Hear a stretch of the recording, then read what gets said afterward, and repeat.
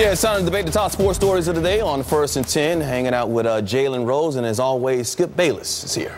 Yeah, we got another bombshell book coming out. I'm still waiting for the real story of the Fab Five, though. That's what I want to. I'm trying to see what performance-enhancing drugs you're going to take today to try to find a way to do it. You had performance-enhancing drugs in those shorts that you wore. They were so long down there. Hey, another bombshell about A-Rod. Just when the Yankees thought they were getting good news about him possibly coming back within 10 days, this New York Daily News article coming out, sourcing Selena Roberts' book, saying that he may have used performance-enhancing drugs as early as high school while with the Yankees. Also, pitch tipping when he was with the Rangers, letting the friendly opponent at the plate know which pitch was coming in lopsided games. We've heard a lot about A-Rod over the last couple of years. Does this surprise you, Skip?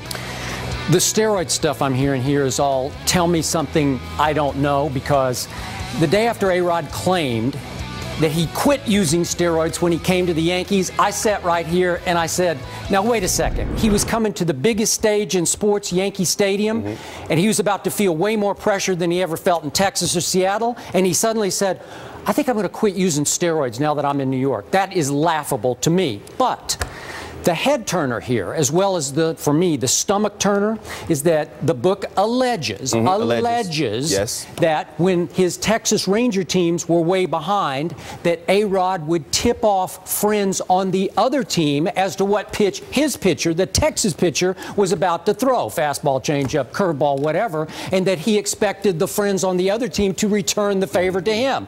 This Jalen obviously shows zero respect for the game of baseball, and I think it's yet another indication of how mentally weak and how flawed the character of Alex Rodriguez is. That this is why I keep saying he's basically a loser you can't trust in the clutch. That's what I think this all says. Now, if I'm A-Rod, I'm understanding that it seems like somebody has an axe to grind against him. 104 people failed the test. Only his name comes out. Oh, so you're going to defend A-Rod? No, I'm not going to defend him. I'm just going to say, doesn't it seem like someone has an axe to grind against him? When we talk about performance-enhancing drugs and steroids, yes, he's guilty. Yes, he admitted that. I'm not forgiving that. I'm not a cheater. I believe in players being clean. However, now somebody's writing a book. Now we're talking about pitch tipping. This is a guy who's been an MVP. This is a guy who's been a great player his entire career. Do you respect him? I don't know if he would do that. Is my point. I don't think that he would mess with the integrity of the game to the point where he's tipping off pitches to the opponent. It's one thing if you're standing on the second base bag and you're doing it for your teammate. In a blowout game, though. In a game that is, you know, 18-4 game. No. That's the equivalent, like we talked about earlier, of an NBA player telling another team what play we're going to run or who the play is for. It's just certain lines you don't cross as an athlete, as a competitor, and as a great player. He's not a scrub, okay? He's a great player. Great so talent. There's certain things that he's just not going to do. And tipping pitches, I just don't believe that. How about the timing of all of this? I mean, the book is about to come out. Wait a second. I got to respond to what you just said. I'm sorry.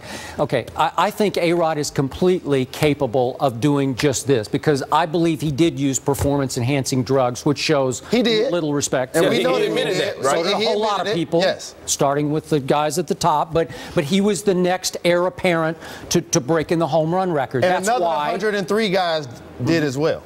Yeah, but he's the only that's what one I'm that's saying. But he was the guy, as you say, with the biggest talent. So he was the biggest target on that list. And I think we've seen a lot of flaws in his moral character, a lot of reports about his unfaithfulness, and we can go on and on. I think this is part and parcel of what this guy is.